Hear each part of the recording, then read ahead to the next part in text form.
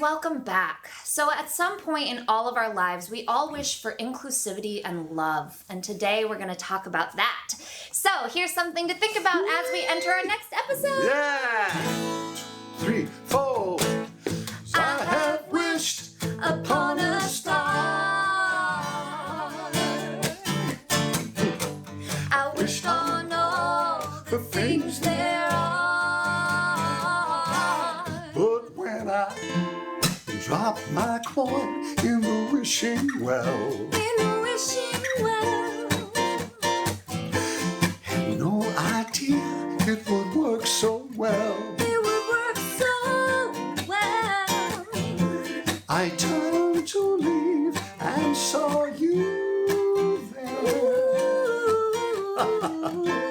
The girl I love. The girl I love. The girl I love. The girl I love. The girl I love. And the dream we shared. The dream we shared. The dream we shared.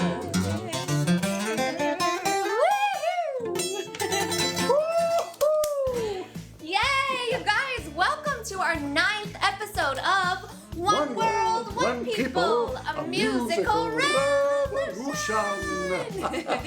My name is Jenisa Castro. I'm an actor, a singer, a dancer, and a teacher, and my goal in life is to change the world through my art. A little more about me. I'm a professional Polynesian dancer and performer of 18 plus years, a singer since the age of 6.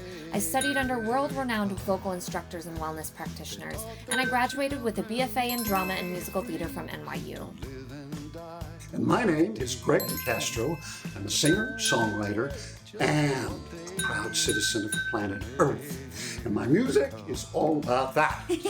A little more about me. A professional musician, singer, songwriter, and performer for 50 years, teacher since the age of 25.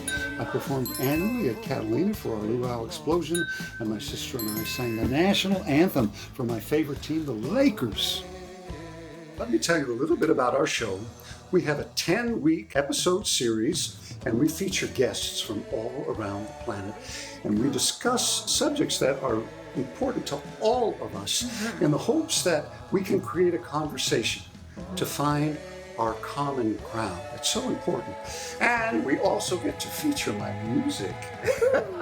Why? Because music is the universal language, and it is the one language on the planet Earth that brings us all together. And in addition, you guys, we will be taking donations for this episode, and 20% of those donations will go to a different charity, organization, or foundation for each episode. With 2020 close to an end, we would like to welcome in 2021 with hope, light, and love. We are combining efforts, and by December 31st, 2020, we are hoping to raise $6,000 to distribute evenly amongst and help support 10 different organizations across the nation. Additional funds are donated to us and Gregg Castro Music to help the continuation of our program. And you can find the donation link in the description below, so please click on that link because today's organization is the Trevor Project. The Trevor Project is the leading national organization providing crisis intervention and suicide prevention services to lesbian, gay, bisexual, transgender, queer, and questioning young people under 25. And today's song is Daughter of the Sun, a personal reflection on fitting in a changing world. And today's guest is ERICK. Before we introduce today's guest, we'd like to talk about the importance of learning to see through each other's eyes, learning to walk in each other's shoes, learning to develop compassion. Because it's in the world that we live in today, it's so easy to lose our place, not know where we belong. Yes, exactly. So today, in order to spread the awareness of acceptance for ourselves and for others, we'd like to introduce this exercise to you guys today so we can all begin to see our own individual beauty, because we all have individual beauty, and this exercise will allow us to find the freedom to feel comfortable in our own skin. Let's do it. So if you guys please, we're all going to take a moment to just close our eyes and reflect. Take a moment to close your eyes. Take a deep breath. and center body, heart, and mind. Let's begin. Today is the next day of the rest of my life. Arms extended, I am standing on the edge of a rock, overlooking an expansive and rocky ocean. I hear the birds call to each other, smell the sweet, salty ocean breeze, and I see joy splash over me like a giant tidal wave. I am whole in this moment. I feel the buzz of excitement in my bones for a brighter tomorrow. I know I am ready to share my many talents, skills, and gifts with the world. Arms extended once again, suddenly my mouth opens without fear and I yell the most beautiful, boldest words. I am free. I feel the vibrations echo through my bones, sending waves of elation and freedom through my body. I am expansive. I am beautiful. I am gifted. I am unlike any other. My story is mine and mine alone. And as I yell this to myself, I feel grateful for the opportunity to let my voice be heard.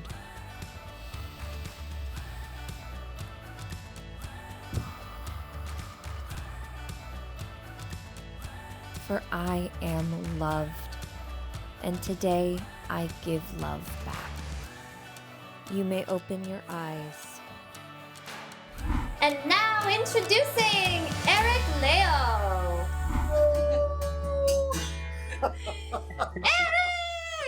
Eric, it's so good to see you. We're so happy to have you here. Honestly, we're so grateful to have you as one of the special episodes because your story is so unique.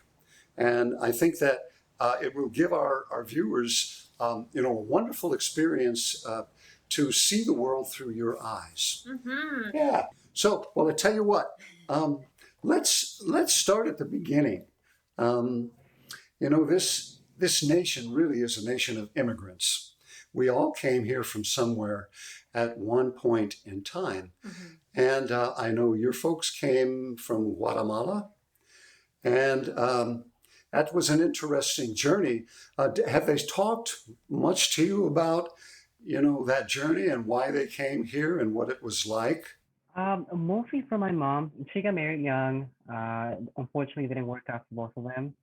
And so she decided to just go ahead and venture. She's always been a go-getter.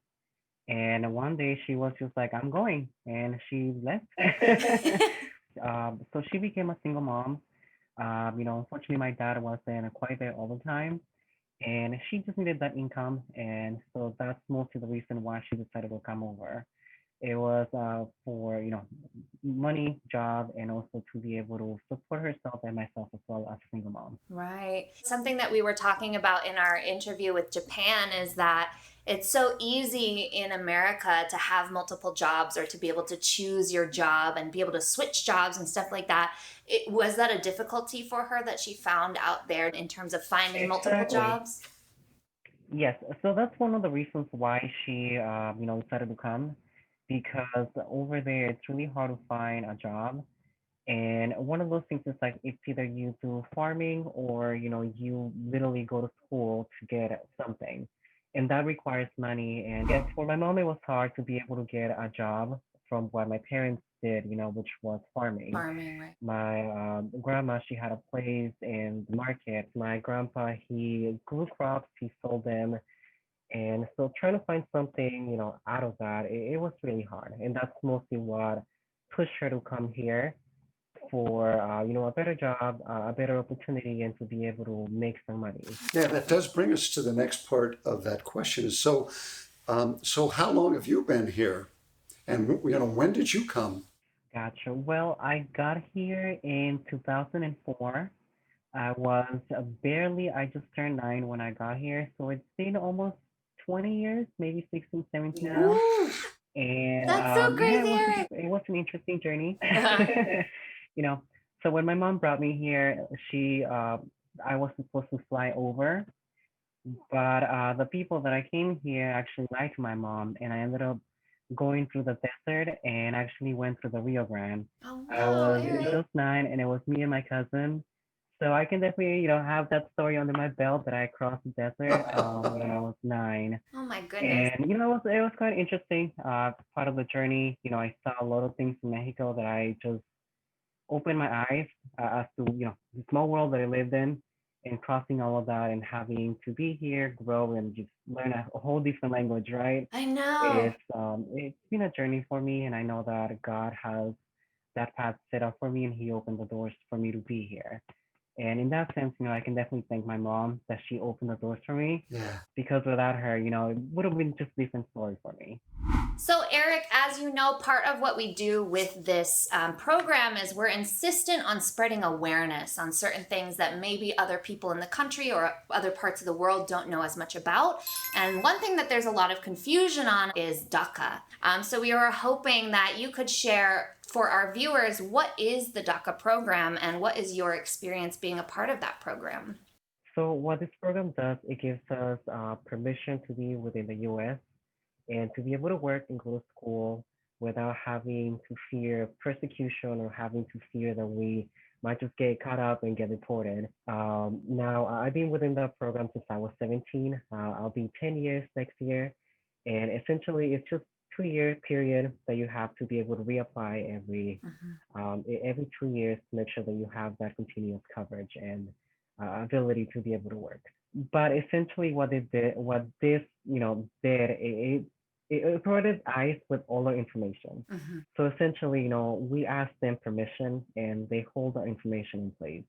At any given place, if they decide to take it, there is no law or clause saying that they cannot use our information against us. And since Trump came in power for the past 4 years, he's been trying to take it off Mm-hmm. or take it away. And a lot of the problem comes with, okay, you want to take it out, but our information's there. They know everything about us. They have Yeah. our biometrics, our info. They have our livelihood. And if you decide to take it, there's nothing that says that they can't use it against us and just start looking for us. Right. And since, in June, June was the last month that the Supreme Court said, no, DACA will stay. But instead of being 2 years now, he tried to cut it into 1 year. Right. In this program, you have to apply 6 months before, it's due. Wow. And with that being said, when we had 2 years, we had programs for a year and a half. Right. A year and a And then half. we had, the last 6 months to be able to start applying. Now that it's 1 year, we only pretty much just have half a year to be Right. able You to have be, 6 months. within the program, and then we have to start reapplying every 3 to 6 months Yeah. And before it expires. And it gets kind of expensive. right. And I feel, I don't really know exactly why he did it, but I feel like, law follows money, and that's all that it is, right? Before I used to be embarrassed to talk about it and not bring up my status and not say anything, but I feel like the more you talk about something, the more people will start to listen, hopefully, and to understand what it is. Yes. Because yes, I don't want to just take resources. That's not what we're here for. Mm-hmm. I like working. I like to know that I make my own money, and I like to be independent in a way, And I feel like this program, definitely did allow me to do that. It's so good to hear you say that it's important to have conversation and to speak about these things. And that's why we're so happy to have you here on our show, because our show is all about a conversation. And Eric, just one last question I wanted to add to that. I know in previous years they did have a program that would ultimately lead to citizenship, but I know that DACA doesn't guarantee that. What is sort of the path that you would need to take in order to gain U.S. citizenship?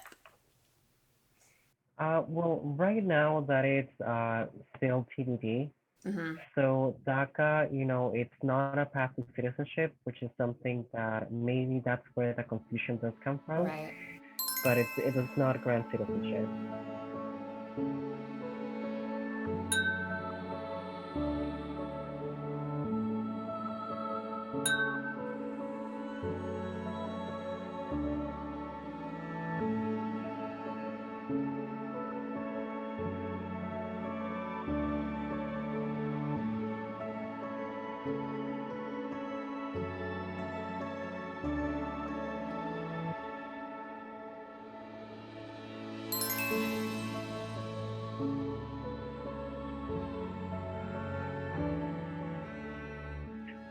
So we're hoping that, Congress and the White House will look into us and be able to see that, that we do have, a possibility. Well, at least we're hoping for that, right? But that is something that is still TBD.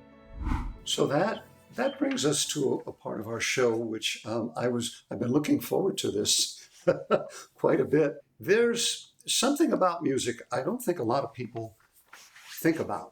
It's about the two qualities of music, the masculine and the feminine, and the blend of those two things and what that means in the language of music. And I'll give you an example here.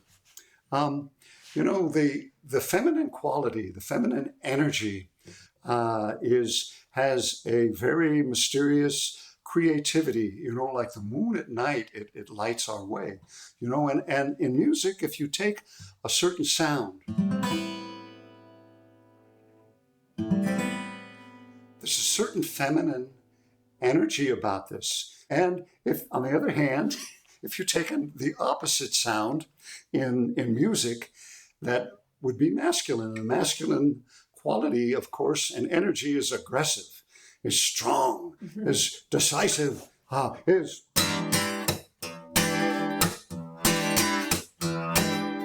It's like Purple Haze, Jimi Hendrix right off the bat. Woo! So we have those two qualities in music. And if we just stayed with one sound, with the softer sound like this, well, we'd be falling asleep probably after about 20 minutes. But on the other hand, if we sat on this hard, aggressive sound,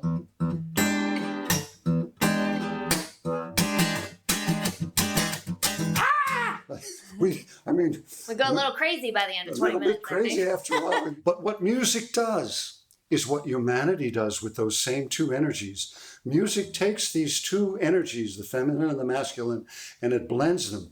Listen to this. This is the feminine and the masculine. Now, what happens when you blend them? Watch.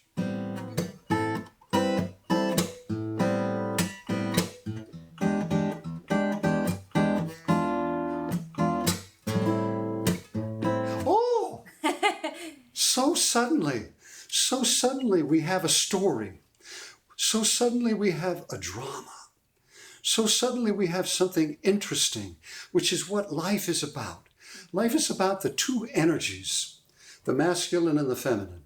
And we each of us, as a human being, has a blend of these qualities, don't we? And they're in different proportions in different people. Well, when it comes to energies, I love that because a lot of the times I do, I'm very conscious of how do I portray myself? How do I, explain myself to somebody? So I grew up, being very feminine. I really didn't know there was a difference growing up. Oh, wow. But I feel like the older I get, the more I'm okay with it, at first it was awkward just trying to be around, trying to pretend something, trying to be tough or trying to be super aggressive. But I feel like, God created me with, just to be gentle. And I feel like that is pretty much what I want to do, And I think it's just such an interesting topic, this idea that outside of gender, there is still feminine and masculine qualities that don't necessarily mean you are a male or you are a female, but it's just the qualities and the energies that are separate from that. There are some ways of looking at, at that different proportion and balance in us. The Indians, the American Indians, they considered people that were a member of the LGBT community as the two spirit people, because they recognized that there is a balance of those two energies and that it's something that's a blessing. In the Polynesian community, too, it's quite the same. I experienced this personally when I was in the South Pacific. I was playing at a club in the Kingdom of Tonga. And I'm playing at a club on New Year's Eve. And everybody is rowdy and drinking and having the best time. The loud, obnoxious, macho islanders, and then it struck midnight. And at midnight, all of a sudden, the door at the end of the club opened up, and there was this beautiful, graceful figure who appeared in this long, gorgeous holoku. The holoku is a Hawaiian hula dress with a long, graceful train. And this fellow was a beautiful gay man. And I thought, for a minute, here I'm in the middle of this rowdy bar, ERICK, and I looked around to see what was going to be the cultural response. How do people take this? And there was a reverential silence. And everybody stopped. They stopped what they were doing. They stopped conversation. They just stood there holding their drinks in their hands while this gorgeous fella comes out to the middle and then does this hula, the most elegant, hypnotizing and graceful hula, that I have ever seen. And I was so, I was so moved, by the respect, by the recognition of all of these people from the South Pacific that I had been performing for, that they recognized the elegant humanity, and they recognized the proportion of femininity and masculinity, the unique proportion in this wonderful person. So I wanted to share that story. And I thought it was important not only for our listeners to hear my story from my point of view, but how is your experience been, and what are your thoughts about that? Mm-hmm. Well, what I can say for, myself, it's definitely been a very interesting, you know, journey for me. I feel like I'm living on the shoulders of the people before me. Mm-hmm. Just because when I, came out and everything wasn't done, I feel like at first it was a little bit hard for mostly my family to understand, just because, they grew up Christian, Mm-hmm. very, machismo culture. So it was definitely a little bit hard for them to soften to. Mm-hmm. I feel like eventually, for the past 5, 7 years, they actually became more open, more willing to, ask me, "Hey, where you going? Where have you been? Like, come Yeah. over." And before that, personally, I feel like I'd rather be by myself than being somewhere I'm not, welcome or wanted, just because, I want to respect that and respect myself as well. Good. But yeah, it's one of those where, at first it was hard, and the older, we get, me and my family, I feel like they're more welcoming, more loving. They all met John, my husband, and they all love him. They all, every time I go without him, they're always asking me, "Hey, where's he at? What Ah, happened to where's him? that? Leave Also, him shout home." out to John. We haven't even mentioned him yet, but John's also one of our beautiful family friends, our family. That's He's right. been my brother for years. Yeah, and your loving husband. Yeah. And who wouldn't love John? I mean, really, to know John is to love John. But anyways, I'm sorry. Continue, Eric. That's it's fine. And yeah, like I said, I feel like now it almost shocks me sometimes, because just knowing that, from what I perceived growing up as a culture and what I live now, it's just completely different. And in a way, I feel like people do change, mentalities do change, and eventually people, the more things become common, the more people are like, okay, I guess I see Yeah. it. Ooh, okay. This is a good one because there's still a lot of confusion about this, which is same-sex marriage. And we just talked about John, your lovely husband. So obviously you had to go through the process of same-sex marriage in the United States, and we know that it's technically legalized in all 50 states, but there's still a lot of confusion state by state because of individual discriminations and people feeling like it's unconstitutional. And then on the other side of the argument, there's the argument that the word marriage shouldn't even exist because it sort of has this outdated definition of a man and a woman have to be the ones getting married. So I was just curious what your thoughts are on all of this and what you feel from your experience is valuable to share with our viewers today. I guess the confusion comes where, from what I took it growing up in church was that they assumed that, people were going to be forced to be married at a church. And it was never been about that. Nobody really, at least a little gay people that I know, Yeah. or LGBTQ plus, they don't, a lot of them, they don't really want to, they don't care to be married in a church. It's more of the title. Mhm. It's more of, are we equal under the law? Can you recognize my love? Can you have it under the law that we share, X, Y, and Z? Yeah. If two people love each other and they don't have that sort of, legal pathway, if anything were to happen, once the other person dies, then you have no legal rights over that person, what they do with their lives. And, according to the law, it just goes back to, your in-laws. Mhm. So I guess it's more of that, just the title, that the meaning behind the law.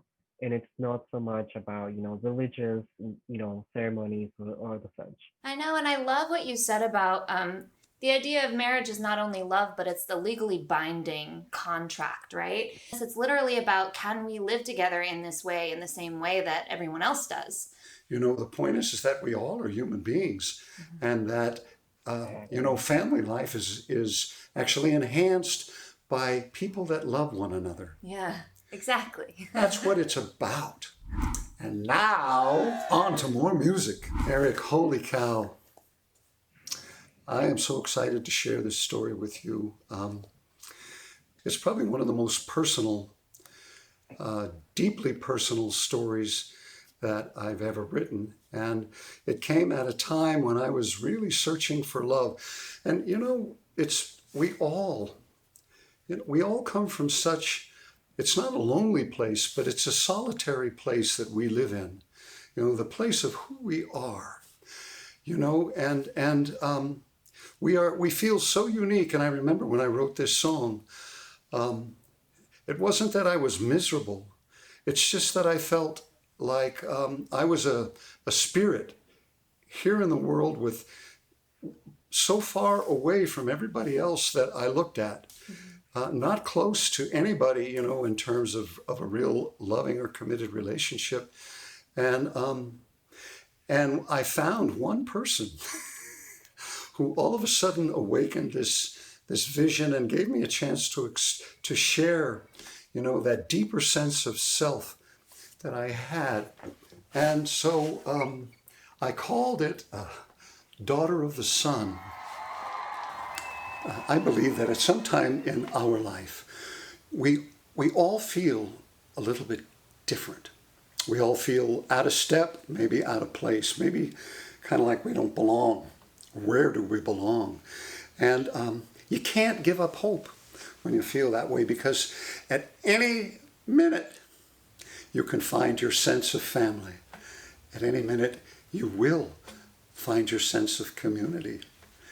You will find out where you belong. And this is a story I wrote when I had the realization of my place in this world, who I am. And it's a story of my surprise, my delight, my joy in finding this out. And it's also a story of finding someone very special to share that place with. It's called Daughter of the Sun.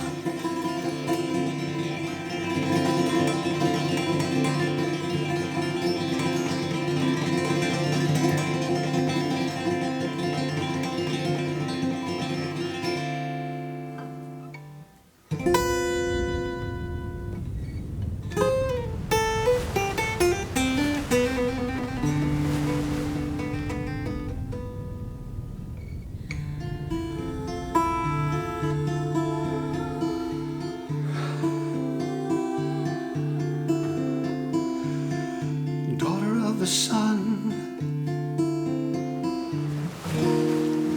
sister to the sea, lover of my life. That's the part that's hardest for me to believe.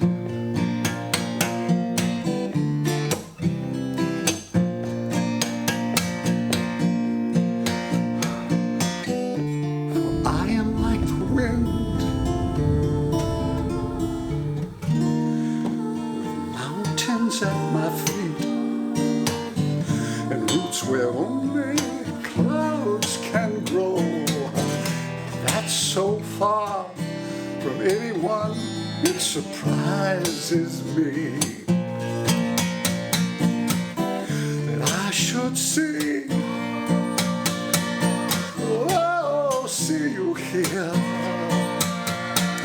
oh, see you here.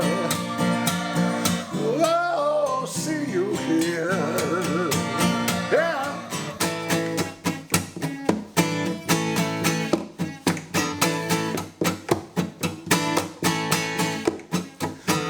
I hear you've been wondering what's on my mind.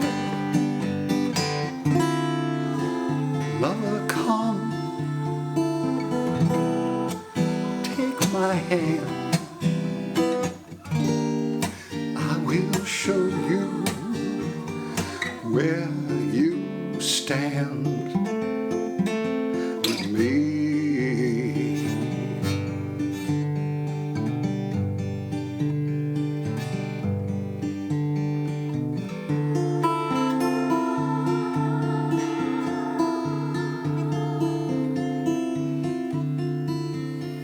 For I am like the wind,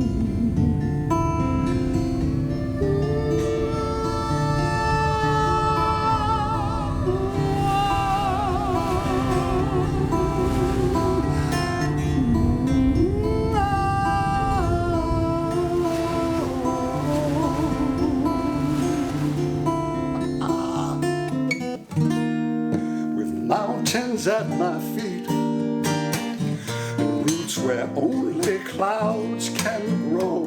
Ha!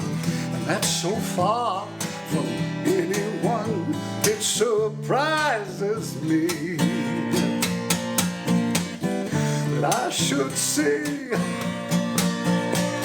oh, see you here, oh, see you here. Oh, see you here. Now.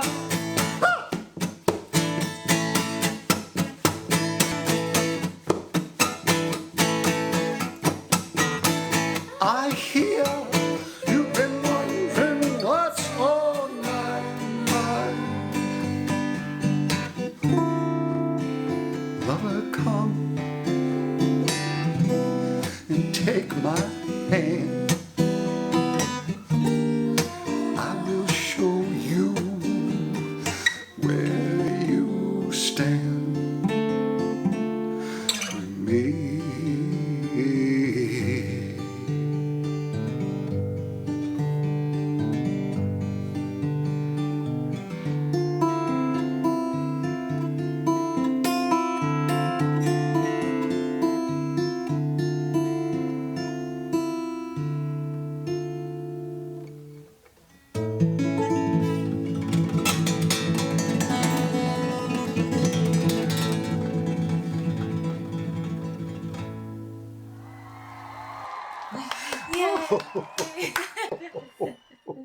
It's a story That's so nice. about finding love. And truly about finding yourself again as well, and recognizing that we're not all as different as we seem, and we can find those humans that we connect with on a human level. That's And right. also something that I noticed about this song just now is it's a perfect example of that blend of the masculine and feminine energies.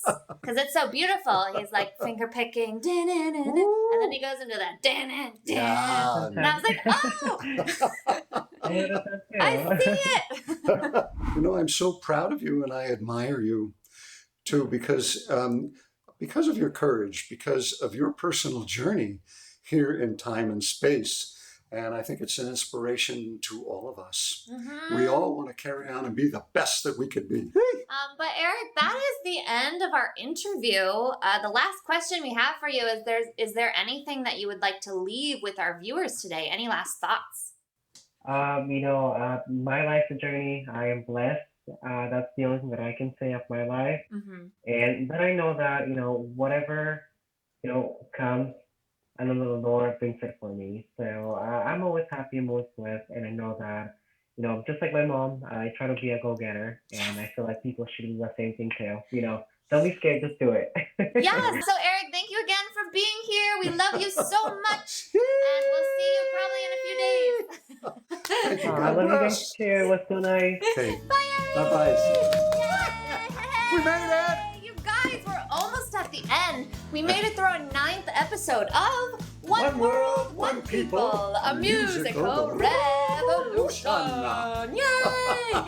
My name is Jenisa Castro. My name is Gregg Castro. And you guys, just another reminder, we are taking donations for this episode, and 20% of those donations will go to the Trevor Project.